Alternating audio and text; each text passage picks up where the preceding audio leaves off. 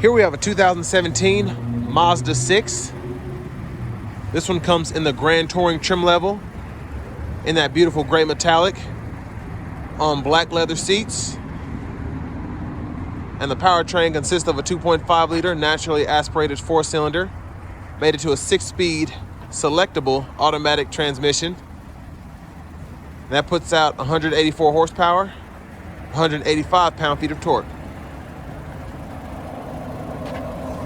So as we get to the front end here, we have our LED daytime running lights along with LED headlamps, LED fog lights.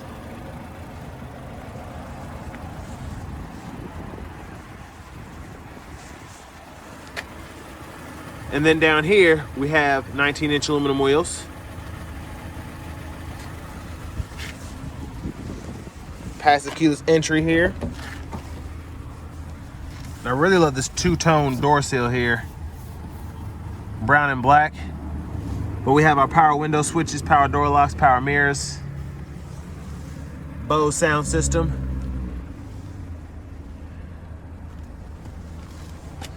And there's our power driver seat with power lumbar support and memory function there.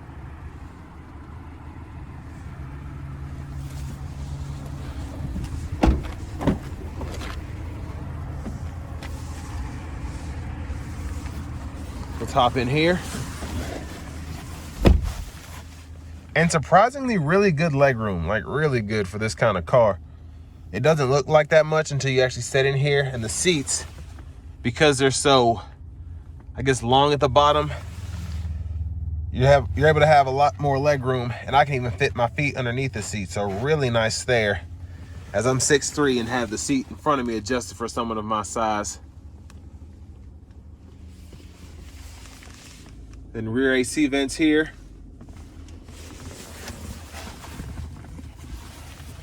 And there are center cup holders in the center seat.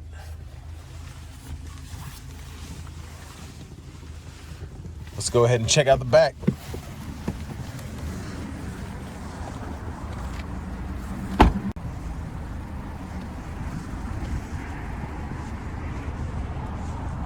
Big shout out to Auto Collection of Murfreesboro for letting me review this Mazda 6 today. Make sure to check them out. Information's right there. There's our dual exhaust in our rear end. And a pretty good sized trunk space there.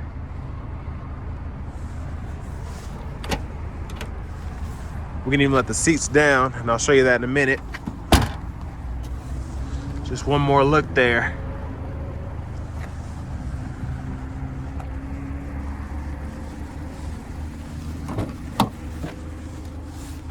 Then these will just fold down, and then you can go right through to the trunk there, and then to put them back up, you just lock them into place.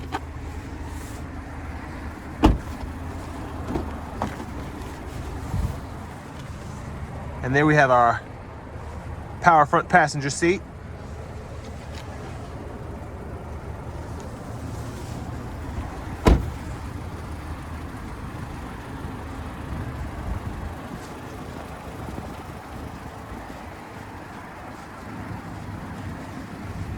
And now we're just going to take a quick look under the hood.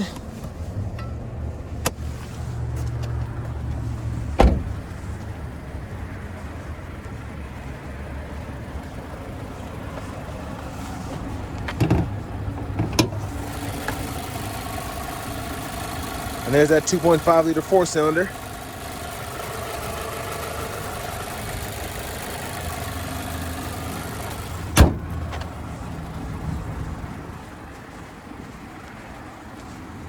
Now let's hop in the driver's seat.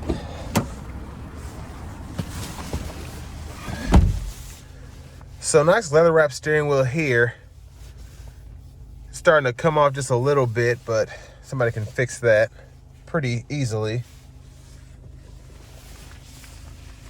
And onto our radio here. Let's start with the navigation. There's a screen there.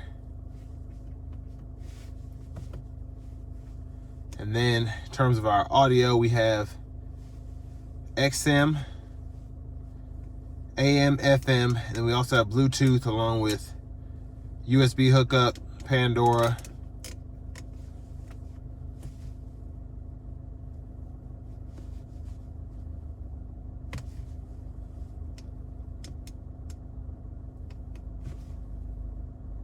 And there are settings there, so we can set up the heads-up display, screen brightness, all that. And there's our backup camera.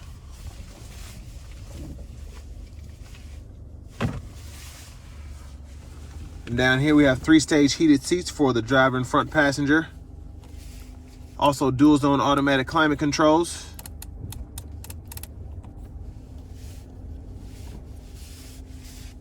There's a CD drive down there. Then a 12 volt over here. And then our shifter, we just pull the button behind, reverse, neutral, drive, and then we can slap over and shift manually from the shifter, or we can use the paddle shifters behind the steering wheel. Electronic parking brake, pull up to engage, press down to disengage. And then we have our quick shortcuts here for the radio, volume, and then we can actually use this to go through our menu there. Cup holders, center console cubby space, and we have 2 USB ports and an aux input there. Here's our power sunroof, which we can one-touch tilt or slide. And there's a view of the back seat from up here. And there's our glove compartment. Still has the owner's manuals in it. Now to our steering wheel, we have our volume controls here, track list or radio station controls there. And then we can toggle our info on the gauge cluster on that digital screen to the right. And then we have Bluetooth controls here. And this mode button can be used to toggle our cruise control from adaptive to just regular. And then we can adjust the gap for that there, for how close we want to follow behind the vehicle in front of us. And then we have our heads-up display there. Headlamp controls, windshield wiper controls, push button start. We have our universal garage door transmitter on the mirror there. And finally, there's our key fob.